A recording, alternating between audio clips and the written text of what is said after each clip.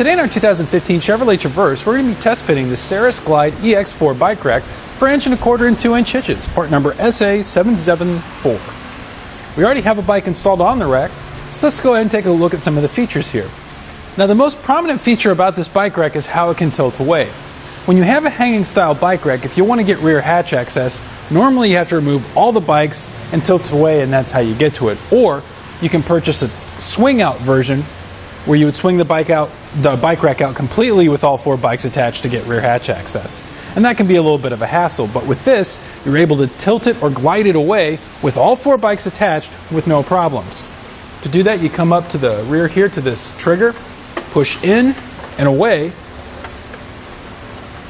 and now we have full hatch access to get what we need and plenty of space on either side to do so. Put it back in place, simply reverse the process, pull back in until you hear a click.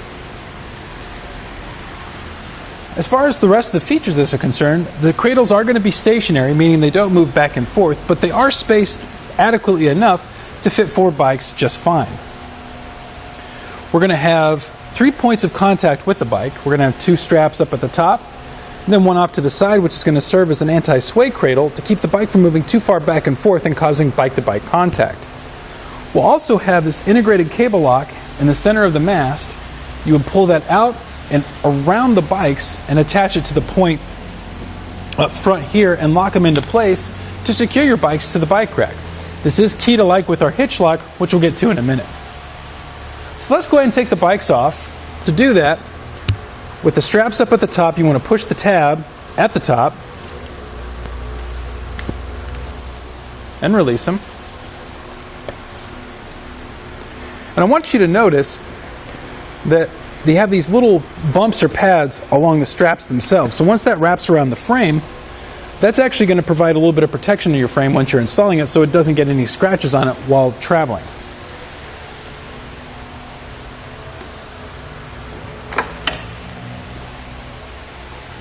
Alright, now we can lift our bike up and off and set it off to the side here. With the bike rack in this position, I'd like to give you a couple quick measurements.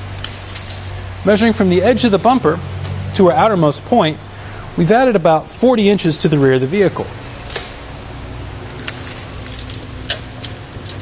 Our ground clearance is going to be about 17 inches.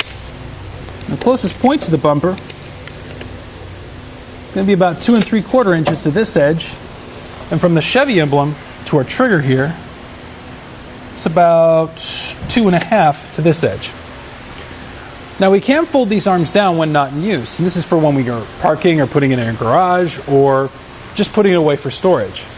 To do that, we come up to the top latch here, pull up, and fold down, like so. Again, measuring from the edge of the bumper. Now we've only added about 10.5 inches to the rear of the vehicle. And while this folds back, most hanging style bike racks, the arms are actually going to stick out a little bit. So with this, you get that extra little bit amount that you take off the end of your vehicle. How this attaches to the hitch, we're going to have an anti-rattle bolt. Once tightened down, it'll take out the shake and play in the shank. And then we'll have a lock on the other end of it with a cover on it. And that's going to help keep the road dirt and grime out of it. And again, this is key to like with the integrated cable lock. You'll also see that it has a collar all the way around it. Once that's removed, it can be utilized with 1¼ hitches. So this can work with multiple hitches as long as they're Class 2, or if you get a Class 2 installed on your Chevrolet Traverse, it can work with that as well. And there you have it for the Saris Glide EX4 bike rack on our 2015 Chevrolet Traverse. Now we can take it out on our test course and see how it performs. Here in our test course, let's first go into our slalom. This is going to show side-to-side action, such as going around corners or evasive maneuvering.